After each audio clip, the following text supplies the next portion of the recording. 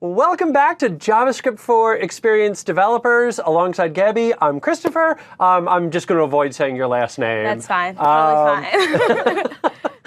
But in any event, one real quick little note that I want to make before we roll on into the module. A couple of people have noticed that the schedule slide, in fact, I think that's the next slide that you have on your deck. You might notice that the naming there is slightly different than what's on the break slides. It's the exact same thing. I just used some slightly different verbiage when I was typing out the break slide. So that was all there was to it. So, but in any event, let's pick up where we left off. So in that last module, we took a look at how to set up enclosures and functions and get rolling down that path. And now we're going to talk about what JavaScript calls objects. Well, let's get started. So as you said, we're kind of going to go into the object-oriented programming of JavaScript. It's not exactly everything you think it is, but it's kind of similar.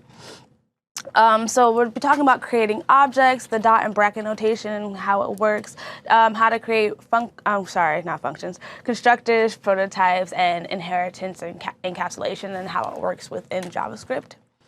So object-oriented programming in JavaScript is similar, you could say, to Java and C#. I actually have a big background in C++. That's what we learned when I was in college. So kind of learning how it works in JavaScript wasn't too hard, but there were a lot of things that were definitely different. So what makes JavaScript different is it pretty much supports inheritance through prototyping. And we're really going to go and see how to create prototypes and how it works, but it's pretty much just, you create a constructor, and with a constructor from there, you create different objects using the constructor. Sounds really simple, fairly simple. It is fairly simple, so no need to worry, but just remember there is no real class statement, no real class keyword. It doesn't exist, not here in JavaScript. It's all constructors. So as we talk about objects, JavaScript does have some built-in objects, but the object at the top of the hierarchy would be the object. So all objects that are made, whether built-in or customized, which are the ones that we would be making, they all pretty much inherit all the functionalities of the object.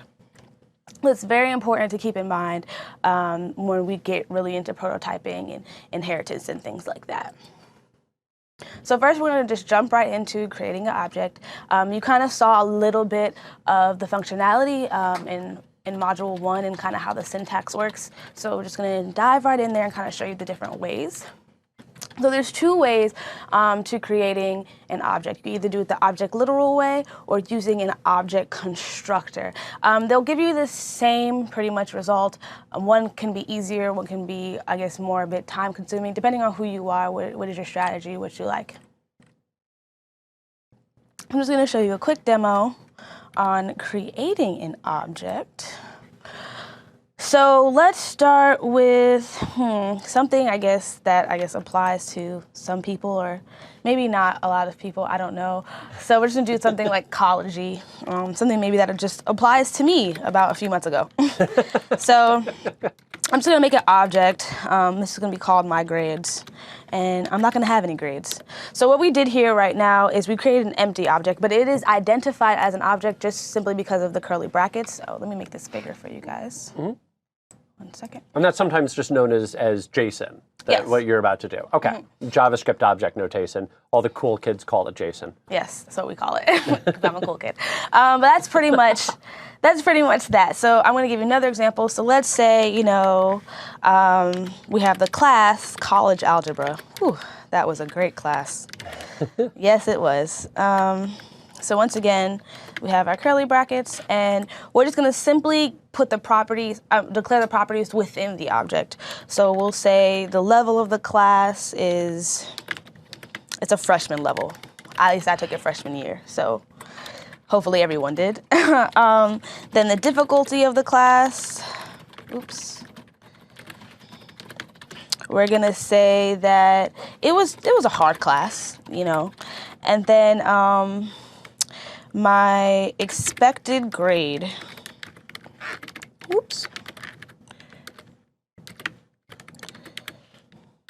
And that's just simply key value pairs that you have there. Yeah.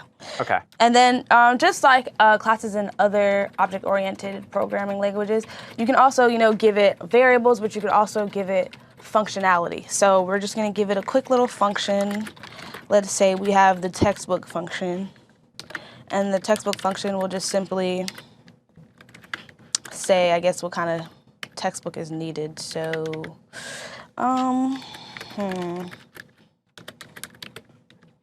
you'll need, let's say, college algebra for freshmen is the required text. Cool. So you're just adding a function now onto that object. Yes, very simple. So what we did here, this would be, I believe, the object literal notation. So then the other notation is kind of simple, but pretty much, let's say we're going to make another one. It's going to be college algebra. We'll just call it college alg, just so you can see the difference. So once again, we'll make it into kind of an empty object, but what you can also do is you can call the object as we were speaking of before. So just say simply a new object. This is actually an example of what you'll see later when we're prototyping, making prototypes and then going into inheritance, because it's kind of how it would work.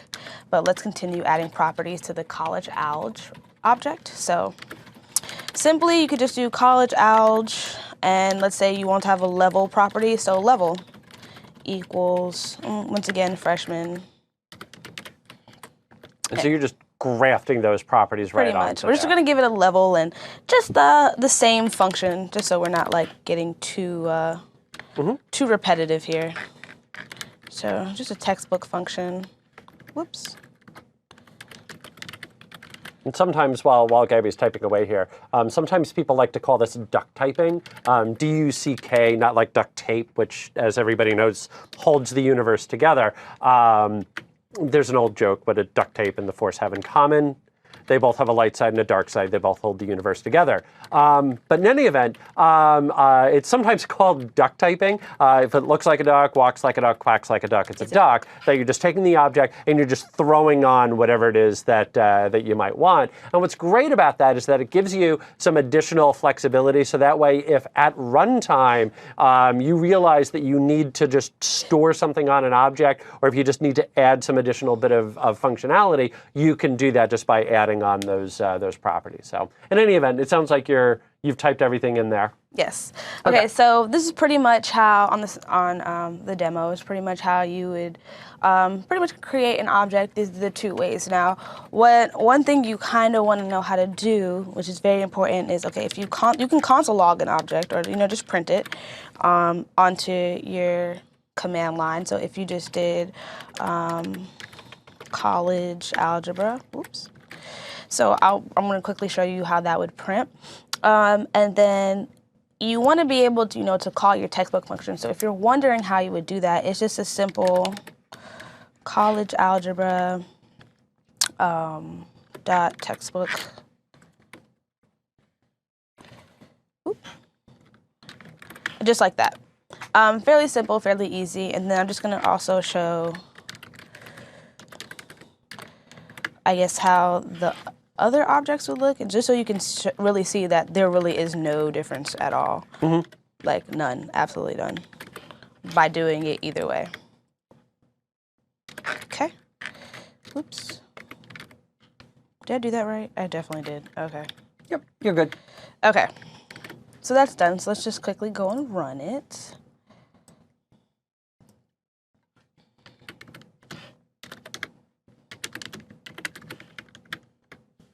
And then once again, we're using Node.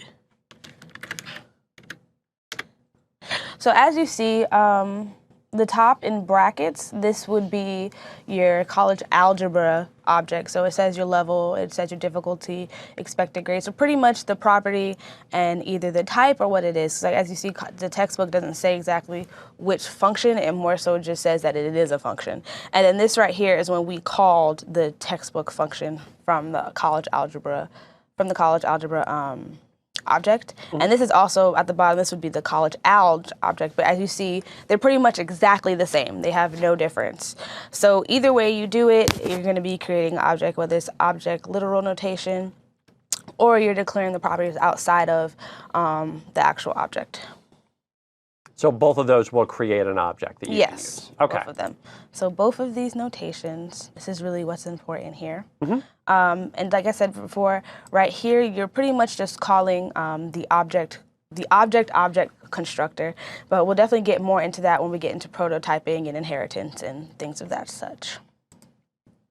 So moving on, what you also need to notice is there's a dot notation and a bracket notation. So we use the dot notation when we were calling onto the different properties, either to call the textbook function in the college algebra object, or when we were adding properties to the college alg object. So the dot notation is fairly simple. It is exactly what you saw on the screen. The difference between the two is the bracket notation will let you access variables even if you've given them a different variable name. I know that sounds really confusing, but I should have a quick little example to show you the two. Oh, no, sorry. So pretty much if we just go back really quick to the demo. So as I said right here, this is dot notation that you see, all of this. Now, if you want, you could also do, you could, oh, sorry, I don't know how to do that. You could easily change it to, you could change it to, here's your bracket, and just say textbook. And it would do the same thing. So what I was saying is with the bracket notation, you can give it another name. If you were to do, let's say another property like variable, I'm just gonna call it I don't know because I really don't know what to call it, and make it equal to college alg textbook. When you come down here and you wanna console log it, if you simply change it, or sorry, just call it, if you just simply change it to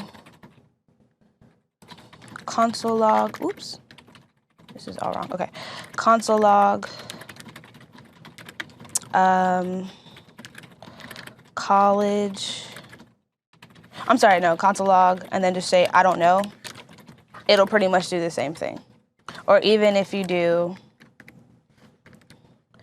college alg, and then put I don't know into brackets, it would actually just still run the textbook function.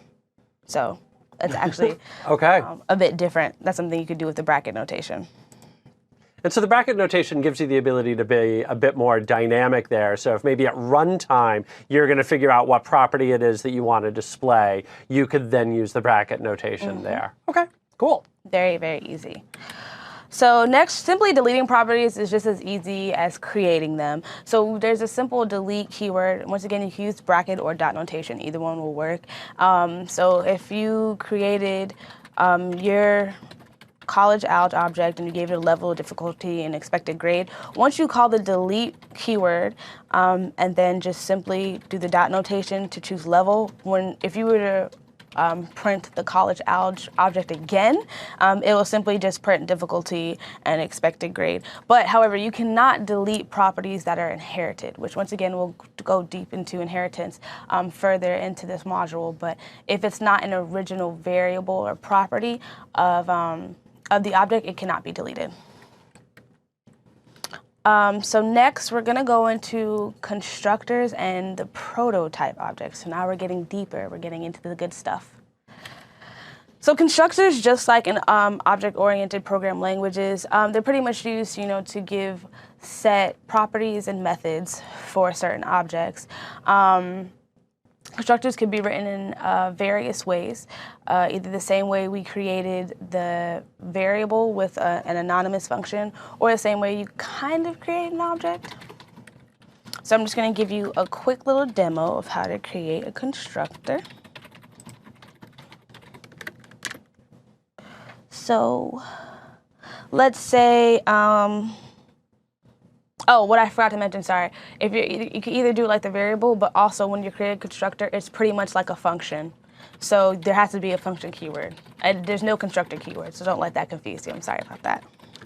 So pretty much to start with the constructor, like I said, you start with the function keyword. And let's say we're going to have a fruit constructor.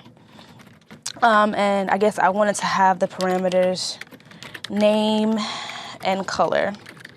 Yeah, awesome. So what I'll do here is every time that an object is made using the constructor, I want it to log onto the command line and let me know that it's happened. So log created by constructor. Cool, awesome.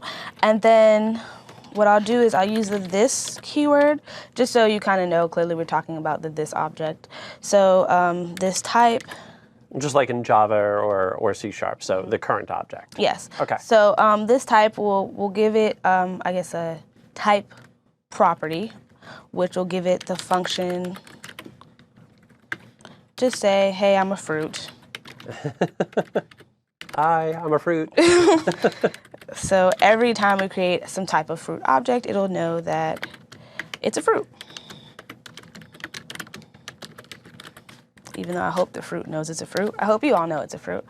Little self-awareness here. This all of a sudden got very deep. And then we'll just make this dot name is equal to the name parameter, and this dot color is equal to the color parameter. So all we really did was every time you now create an object using the fruit constructor, it'll then have a type property, a name property, and a color property. So let's say we want to do orange. I like oranges, they're citrusy.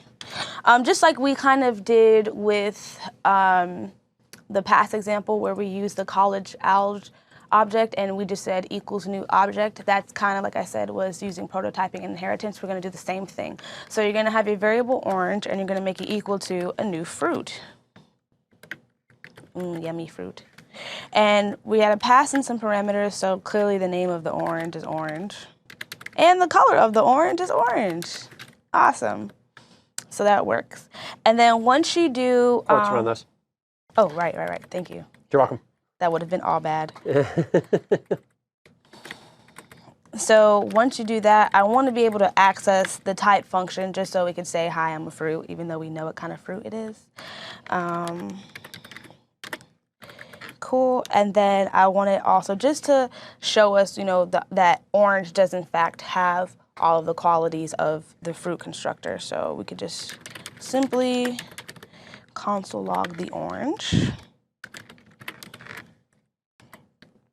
Great. So this is what we have here. So I'm just going to quickly go and run it.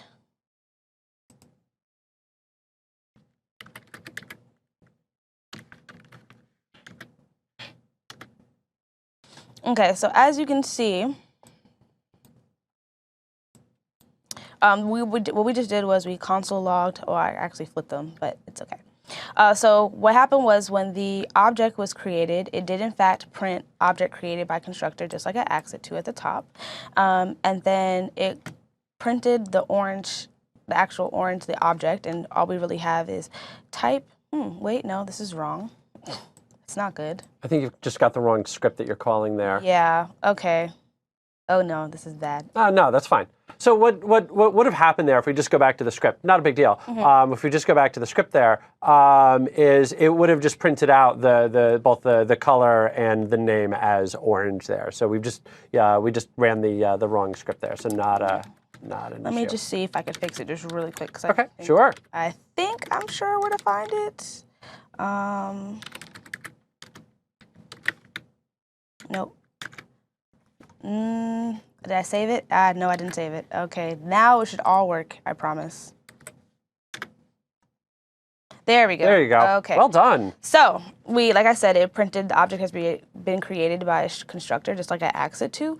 And then we have the type. We have the type property, we have the name property, and the color property. So you now know, in fact, that the orange that the orange object does in fact contain all of the different types of all the different properties of the fruit object. Now notice that type didn't print like it was supposed to, and that's because I actually forgot the parentheses. But you guys know what would happen. It would simply print, hi, I am a fruit. Yep. So sorry for that mistake. Happens to the best of us. All the time, all the time. So moving on. So this is one of those funny things about doing live is, hey, we're debugging right here. So I know everybody that's watching it, everybody else, you know, they have perfect code. They just type it and it just works. Right. You know, for us, every now and then, it just, you know. So anyway. First time debugging live. Yes, it was awesome. So we just showed you how to create a constructor. So going back into talking about the prototype and the prototype object, as you saw, all objects will inherit the properties and the methods of the constructor. That's pretty much it. So you pretty much really just saw how prototyping really works. But it's also an easy way to, what we're going to go into now, with prototyping is kind of another way to add other methods and other properties after the constructor and the objects have already been instantiated. So we're really going to go into using the prototype keyword and kind of showing you more what prototyping can do. So that also leads back to inheritance, which you'll see in a few seconds. It's really all easy to show you with a demo rather than explaining little things. I've kind of noticed that. So it'll be a lot easier when I kind of show you, okay, what I'm about to do is create an object, and then from there kind of show you how prototyping can be used, like I said, to add methods and to add properties. So we're going to have two demos. One is going to be really short and one's going to be a little bit longer so you can really understand. The longer one, I might just actually walk you through the code and just show you step by step. And if you just have any questions, just ask Christopher. We can kind of go into it. Hi. So let's get into creating a prototype. So this, like I said, we're going to start with a very simple one. So first, let's create our constructor. So like I said, you can either create a constructor through just using the function keyword or kind of creating the variable and giving it a function. So we now have our prototype. We're working with fruits now, working with vegetables. As you can see, I'm hungry. So we're just gonna give it a name. So we just know that it's a vegetable. It's always gonna be a veggie. Hey, that's a V. I mean a B, not a V. Veggie. Awesome. So now every time you create an object with the vegetable constructor, it will always have the name veggie. Maybe we might give it a type because not every vegetable is named veggie and that'd be weird. So that's that. So as I was saying, I'm now gonna show you how to use the vegetable prototype the prototype keyword to add methods and properties to the vegetable constructor. So simply you just say vegetable, and then you type prototype. And from there we can give it another function, another variable. So we're just gonna give it a print function. And with the print function, we will do a console log. Slog, it's such a wonderful toy. And just say this dot type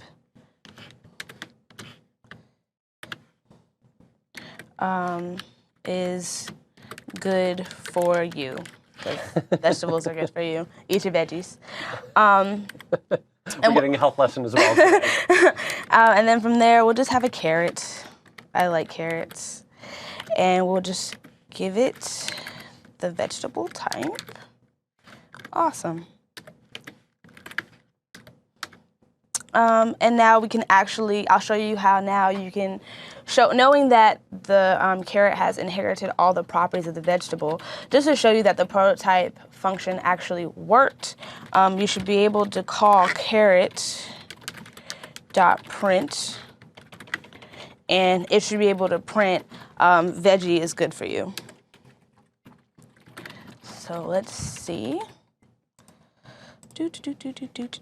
So, see, oh, well, there's supposed to be a space here, but it's okay.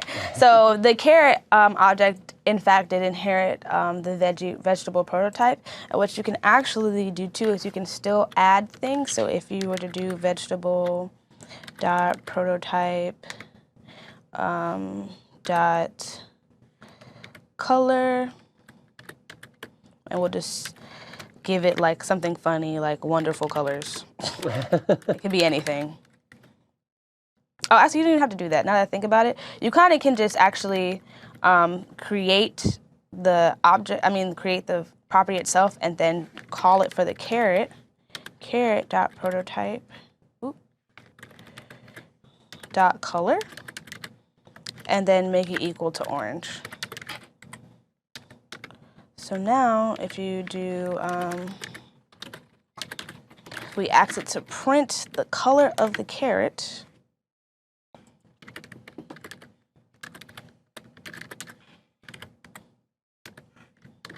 let's see what happens. Oops, wait, what did I do? Did I mess that up? I think you do need that on the vegetable. I do, don't I? Yeah. Okay. So let's say I just give it a color. I'm pretty sure it'll overwrite though. Okay, let's see. Hopefully it works this time. No, what is going on? Just comment out line 14 real quick. Okay. Oops, what? Okay. There you go. Let's see.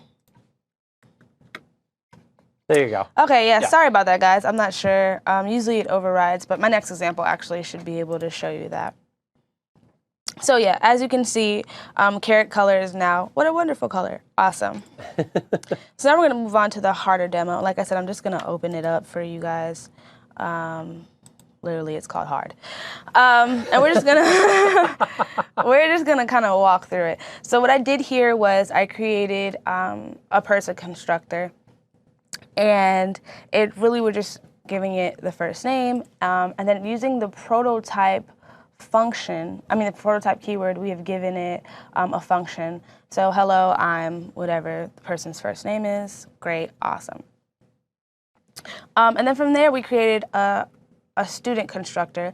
So as you can see, it has a first name and it has a subject. So the difference between the last example and this example is we actually call the constructor of the person constructor inside the student constructor. So this is a lot different because what happens is we're going to be overriding a lot of methods. And actually, that's probably why the last override didn't work in the last example. So with this, we're going to have the properties of the person constructor, but we're going to be able to override them and kind of give it their own values.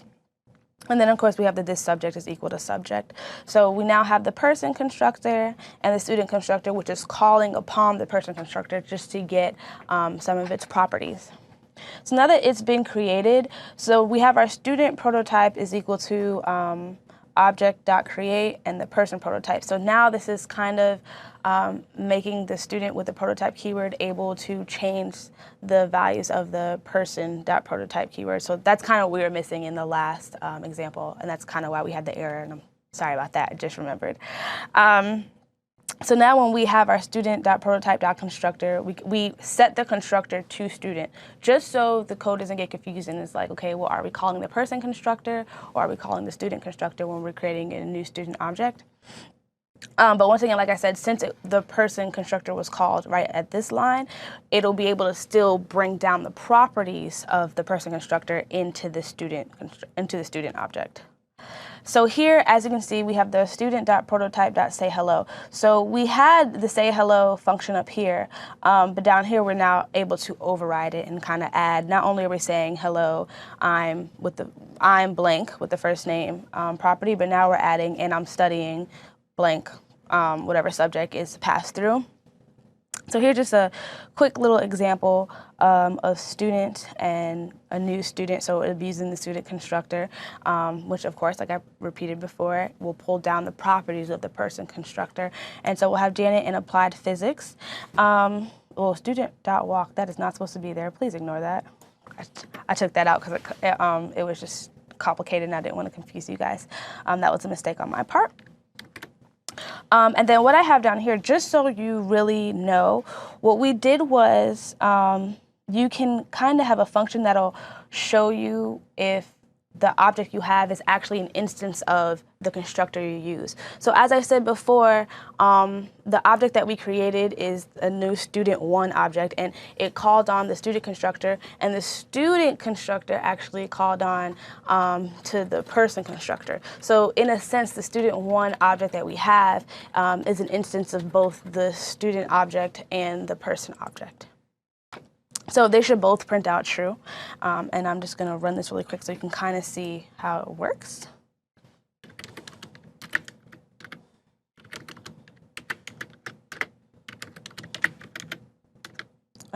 And oops, I can't see. Oh no.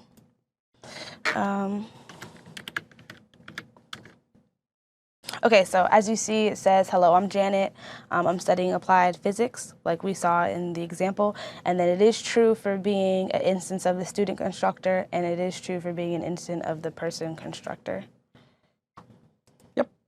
This is pretty much what I showed you here.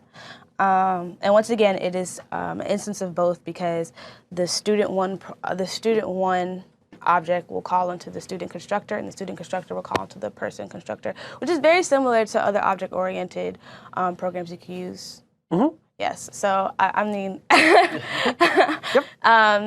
You pretty much can have a constructor call another constructor, and things like that.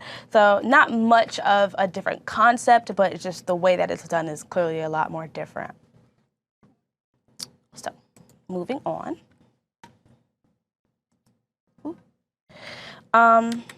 Just some final facts and final things I would really like to touch on, just so you can walk away in this module with a little extra something. So there is encapsulation, and it's pretty much the same as it is with other object-oriented programming languages. So the difference is, though, there is no public and private methods as there is with other languages. But some of the methods that we have discussed already will kind of help you with the whole creating private and public methods. So you could use enclosures for that. You can use constructors. And in some cases, you can use anonymous functions just to kind of help you with your encapsulation and kind of what you want to keep away from the code as a whole and what you don't. So if you notice, for example, when you have your different constructors, you know, the student constructor, when it was calling the person constructor, doesn't exactly know everything the person is doing. It just grabs it, just like, hey, thanks for that, but doesn't exactly see all the functionality of the person constructor. So that's kind of why constructors are used very heavily. Just as much as enclosures. So with the enclosure, it had its own functionality aside from the outer function. But it could use anything that the outer function kind of had as far as variable-wise, but doesn't know exactly everything that the outer function can do. So that kind of helps with the encapsulation problem within JavaScript. And then something that you might want to know, it's just a small little example. So some operators that are really big when you're dealing with objects is the in operator. Then there's the has own property method, sorry. And then there's like a for in loop. So what helps with the in operator will pretty much tell you if a property exists. It'll return a true or a false statement if the property exists within an object. So clearly we created a seafood object, and we have a small property and a big property. And we just want to know in the next line, okay, well, is the small property a real thing inside the seafood object? So it'll print out true.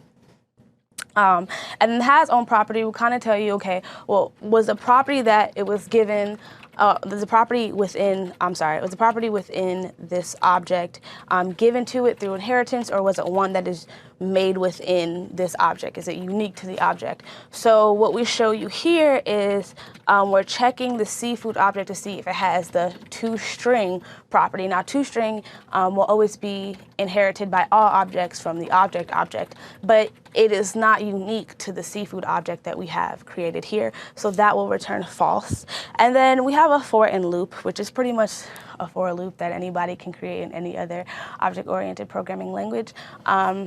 But it's pretty much just an example just to show you how to cycle through the different properties that are in an object. Very simple, just like anything else you've probably written, not too much of different syntax at all. So that's pretty much it. So today we kind of went over creating objects, we went over some dot and bracket notation, how to create constructors, prototyping, getting really into inheritance and kind of how easy it is, but how the syntax can be a little bit different, and how encapsulation is pretty much the same, but instead of having private and public methods, you're kind of just going into a bunch of different things. Yep. So we've actually got a couple of minutes here. I'm gonna steal a little bit of time. Go ahead. All right. I want this. Beautiful. Okay. So let me just create a real quick page here. So all that I did was I just added in a blank project. I'm actually using Visual Studio Community here. And I want a brand new item. And I want an HTML page. And I'm going to call this index.html.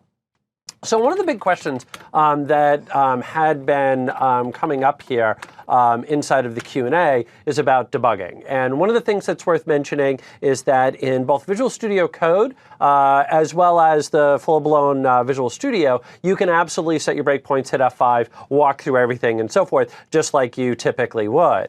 Now, one little thing that you can also do is do this through the browser as well. That Edge, IE, Chrome, Firefox, and I think basically every other browser under the sun has some level of F12 or debugging tools as well, which are very powerful. So I'm going to real quick here just create a simple setup. Here's a little div, and I'm going to go ahead and let's just, I don't know, I'm just going to set up a label for equals, and let's say name. And then let's go ahead and say name. And give me a real quick input, type equals text, and ID equals name. And then we'll just go ahead and leave it like that. OK. All of that works just fine. And now what I'm going to do is I'm just going to go ahead and set up a very simple little script here. And I'm going to keep it very simple. I'm going to do alert and hello world. There we go. And so now let me just go ahead and save that real quick. And let me launch that inside my browser. Chugga, chugga, chugga. And now what you're going to notice there is I get that little hello world popping up. But one of the other things that you'll notice is that if I hit F12 here, which works in Edge, it works in IE, and it also works in Chrome. And if you're using Mozilla, it's a different shortcut, yeah. Yeah, I don't know what it is. Okay. Yeah. Somebody in the Q&A will tell us what it is. Yeah. But in any event, what you'll actually notice inside of here, first of all, is that there is a DOM Explorer. I need zoom it. There we go. There's a DOM Explorer. It will not let me down into that window. Fine, I will do it this way. There we go. There's a DOM Explorer, which you can use to, just sort of like the name implies, explore the DOM. So I can actually see the body. I can see the div tag that we created. I can see my script. And then if I drill into here, I can also, in turn, see the label and the input that I created. Now, one very cool thing about the DOM Explorer is that not only will it show you all of like the CSS and everything else, which you can see off on the right-hand side, but this is actually dynamic. That when you get in and you start doing a lot of client-side JavaScript, there's a very good chance that you're going to wind up adding and removing items, and you can actually see that dynamically right inside of here, which is extremely powerful. You can also go in and start highlighting different items. If I go in and I click select element, you'll notice that if I click on the, come here, there we go. If I click on name, you'll notice that it highlighted name here. Let me go in and grab the text box. If I click on the text box, you'll notice that it selected the text box. So a very easy way for you to go in and kind of explore and bounce around. If you double click on things, you can actually rename them. So you can actually just play around with that page and keep testing all of your JavaScript right inside of here. You'll also notice that there's a debugger. And the debugger will work exactly as you would expect. So I could go in, I can set a breakpoint, and then you'll also notice right here at the very top that I can choose how I want to walk through the debugger. So I can do a step into, which would follow into a function. I could step over, which would run the code, but just not show me what that actual function is. And then I can do a step out, which will basically just go all the way down to the next closing curly. So if you were like stuck inside of a loop, it's a very easy way for you to go in and escape that. And then finally, last but not least, is the console window. One of the great things about browsers is that they'll bury your JavaScript errors, which if you're going to surf the web these days, that's actually a very good thing. I think almost every single page has some form of a JavaScript error. So it's great if you're just surfing the web, but if you're actually doing development, it's not so great. Yeah, not so good. So fortunately, we've got a little console here. So if you did have an error, it will actually print out to there. So if you ever run a bit of JavaScript and it just doesn't do anything or it doesn't do what you expect, the console is a perfect place to go. And one of the things that Gabby's been doing an awful lot of is that console log. And you'll notice, let's just go in, console log, come back over here and hit refresh.